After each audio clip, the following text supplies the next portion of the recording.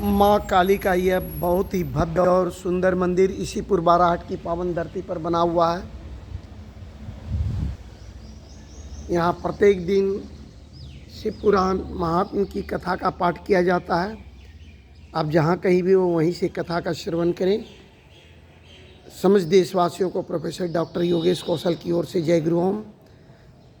आज की कथा है रात को परम सुंदर सजे हुए वास गृह में शयन करके प्रातःकाल भगवान शिव का जनवासी में आगमन।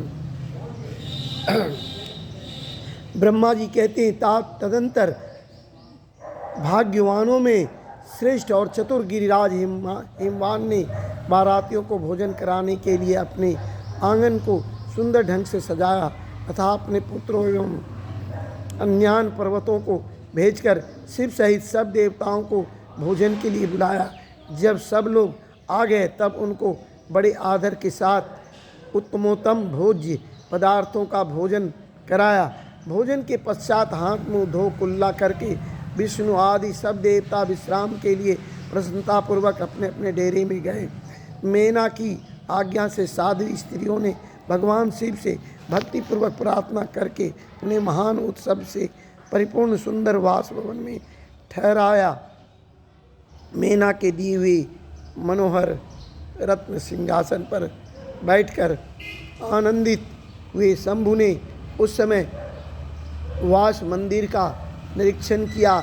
वह भवन प्रज्वलित हुए सैकड़ों रत्नमय प्रदीपों के कारण अद्भुत प्रभा से उद्भासित हो रहा था। वहाँ रत्नमय पात्र तथा रत्नों के ही कलश रखे गए थे। मोती और मणियों से सारा भवन जगमगा रहा था। रत्नमय दर्पण की शोभा से संपन्न तथा श्वेत चावरों से अलंकृत था। मुक्ता मणियों की सुंदर मालाओं वंदनवारों से आवेष्टित हुआ वह वासभवन बड़ा समृद्धशाली दिखाई देता था। उसकी कहीं उपमा नहीं थी। वह महादिव्य अति विचित्र परम मनोहर तथा उनको मन को आह्लाद प्रदान करने वाला था। उसके फर्श पर नाना प्रकार की रचनाएं की गई थी। बेल बूटे निकाले गए थे। शिव जी के दिए हुए वर का ही महान एवं अनुपम प्रभाव दिखता हुआ वह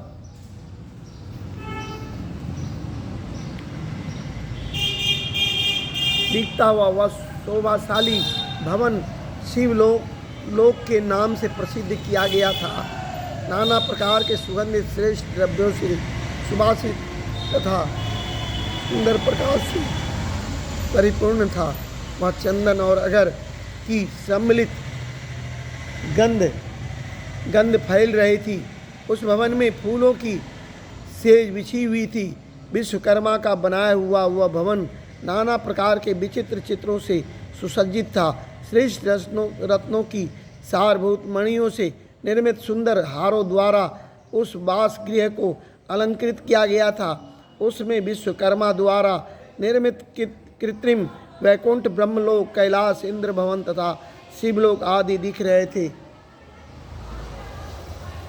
ऐसे आश्चर्यजनक शोभा से संपन्न उस वास भवन को देखकर गिरिराज हिमालय की प्रशंसा करते हुए भगवान महेश्वर बहुत संतुष्ट हुए। वहाँ अति रमणीय रत्नजड़ित उत्तम पलंग पर परमेश्वर शिव बड़ी प्रसन्नता से लीलापूर्वक सोए। इधर हिमालय ने बड़ी प्रसन्नता से अपने समस्त भाई बंधुओं एवं दूसरे लोगों को भी भोजन कराया तथा जो कार्य शेष रह गए थे उन्हें भी पूर्ण किया। शैलराज हिमालय इस प्रकार आवश्यक कार्य में लगे हुए थे और प्रियतम परमेश्वर शिव शयन कर रहे थे। इतने में ही सारी रात बीत गई और प्रातःकाल हो गया। प्रातःकाल होने पर धैर्यवान और उत्साही पुरुष नाना प्रकार के बाजे बजाने लगे। उस समय श्री विष्णु आदि सब देवता सानंद उठे और अपने इष्ट देव देवेश्वर शिव का स्मरण करके वहाँ से कैलाश को चलने के लिए जल्दी तैयार हो गए।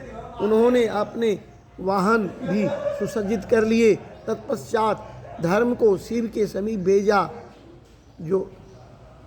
जो योग शक्ति से संपन्न धर्म नारायण की आज्ञा से वास गृह में पहुंचकर योगीश्वर शंकर से समयोचित बात बोले।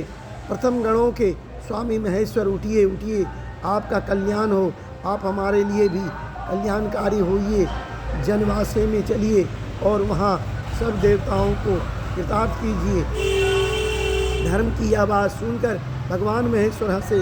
उन्होंने धर्म को कृपा दृष्टि से देखा और सैया त्याग दी। इसके बाद धर्म से हंसते हुए कहा, तुम आगे चलो, मैं भी वहाँ शीघ्र ही आऊँगा, इसमें संशय नहीं है। भगवान शिव के ऐसा कहने पर धर्म जनवासे में गए। तत्पश्चात शंभु भी स्वयं वहाँ जाने को उद्यत हुए। यह जानकर महान उत्सव मनाती हुई स्त्रियां वहाँ आई और भगवान शंभु के युगल वृंदों का दर्शन करते हुए मंगल गान करने लगी। तदंतर लोकाचार का पालन करते हुए शंभु प्रातःकालिक कृत्य करके मेना और हिमालय की आज्ञा ले जनवासे को गए। मुने, उस समय बड़ा भारी उत्सव हुआ। वेद मंत्रों की ध्वनि होने लगी और लोग चारों प्रकार की बाजी बजाने लगे। अपने स्थान पर आकर शंभु ने लोकाचार बस मुनियों को, विष्णु को, मुझको प्रणाम किया। फिर देवता आदि ने उनकी वंदना की। उस समय जय जयकार, नमस्कार तथा वेद मंत्रोच्चारण की मंगलदायिनी ध्वनि होने लगी। इसमें सब और कोलाहल छा गया। अध्याय 52। प्रेम से बोलिए हर हर महादेव की जय। मैया पार्वती की जय। माँ काली की जय। अपने माता पिता की जय। महाबली बजरंगबली की जय। सनातन धर्म की जय। जय गुरु ओम।